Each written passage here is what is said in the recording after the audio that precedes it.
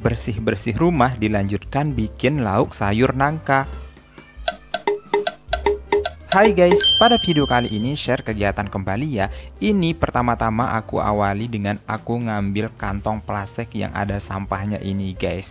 Karena beberapa hari ini aku nggak ambil. Kalau emang udah layaknya untuk diambil ya aku ambil kembali guys. Ini aku manfaatin ya, ada beberapa kantong plastik yang biasanya aku taruh di ember bekas ini guys. Jadi ember bekas ini itu sangat bermanfaat banget. Ini aku taruhin dan istri juga selalu naruhin kalau misalkan udah selesai belanja itu nggak langsung dibuang gitu kantong plastiknya guys, tapi kita amankan, kita taruh di sini. Jadi ini ember bener-bener bermanfaat banget untuk kita nampung bekas kantong plastik gitu guys, karena bisa kita manfaatkan. Salah satunya ya yang ini.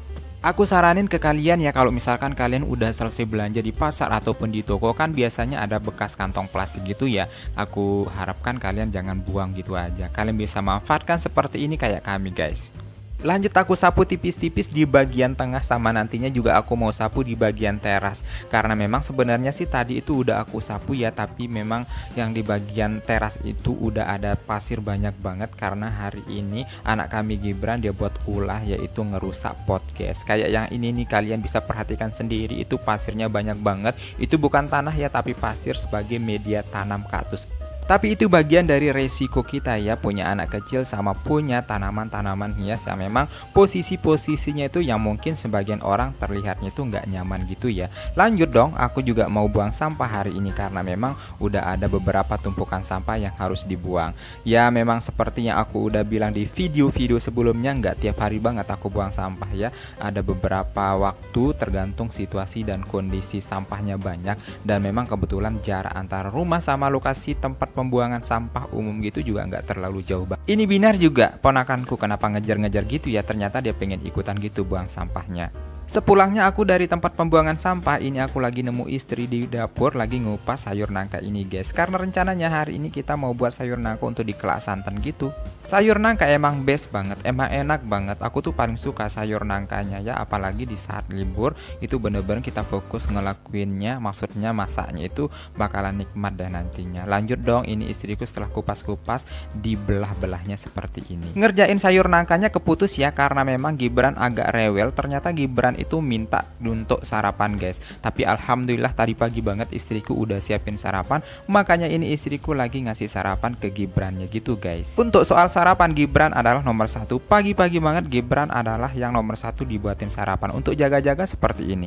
Dan daripada nunggu lama, ini aku ikut turun tangan untuk ngerjain sayur nangkanya ya, yang udah dipotong tadi sama istriku itu aku lanjutin kembali. Pertama-tama ini aku belah, aku buang bagian tengahnya karena itu nggak enak ya, makanya itu harus dibuang. Kalau bahasa Lomboknya itu namanya ate-ate, dan itu harus dibuang karena nggak enak. Nanti itu aku potong iris tipis-tipis ya, biar matangnya itu lebih cepat aja begitu guys. Tapi pas aku lagi potong-potong sayur nangkanya, ini tukang sayur datang, Inain namanya, karena memang kita butuhkan itu kebetulan ada di sini, yaitu komak. Ini cocok banget dicampur dengan sayur nangkanya kalau kelak santan.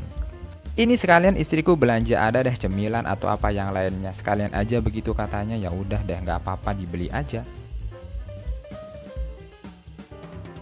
Lanjut lagi aku potong-potong sayur nangkanya ya, tapi ini masih dalam proses aku milahin bagian tengah yang keras itu guys, karena itu harus semuanya dibuang dan itu tuh nggak enak banget. By the way, kalian kalau lagi potong sayur nangka gimana nih cara kalian? Karena beda masak beda caranya, beda nangka juga beda caranya. Nangka yang tua juga berbeda caranya, nangka yang muda juga, apalagi ya yang muda saja itu berbagai macam caranya. Contohnya kayak kami dan kakak itu berbeda caranya untuk motong nangka yang muda.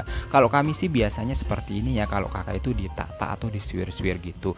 Tapi menurut kami ya untuk nangka yang muda itu enaknya itu diginiin, tapi resikonya itu ya tangan kita itu tuh kena getah gitu ya, banyak banget. Di acara-acara begawe juga begitu ya, berbeda caranya, setiap desa itu beda caranya, ternyata tidak sama.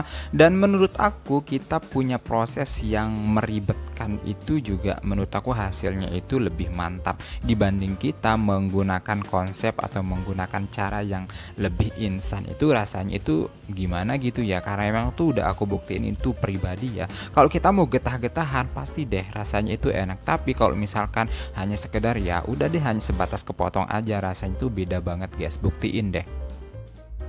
Dan ini tipsnya ya, kalau misalkan kalian lagi penuh getah tangan-tangannya itu, sisa-sisa kalian buat santannya itu yaitu bekas perasan kelapa ini, kalau bahasa Lomboknya itu guba ya, itu bisa kalian manfaatkan untuk menghilangkan getah-getah itu guys. Nah ini nih tempat untungnya kalau misalkan kita masak sayur nangka itu tanpa harus memakai santan instan. Jadi ketika kita masak sayur nangka itu terus kita marutnya itu parutan kelapanya itu bisa kita manfaatkan untuk menghilangkan getah-getah yang ada di tangan kita.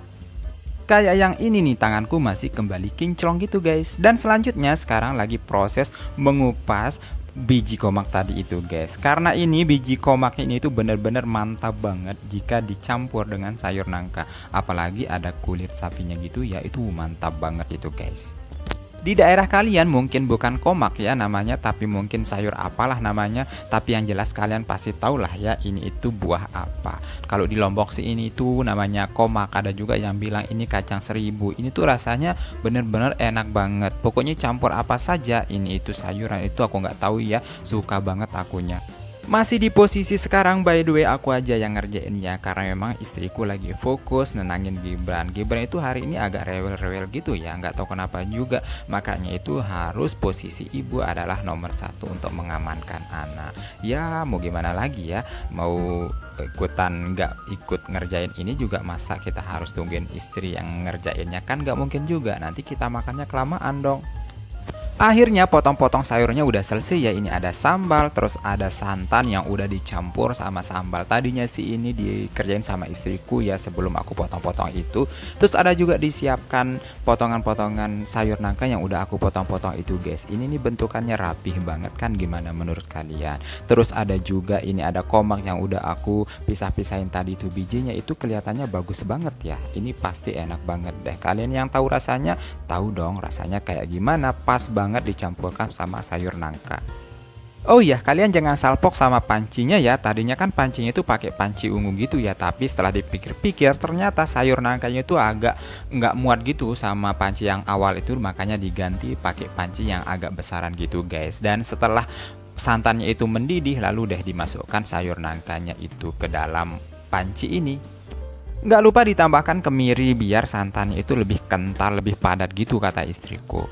Oke guys, segitu dulu ya ceritaku a day in my life hari ini sambil nungguin sayur nangkanya matang.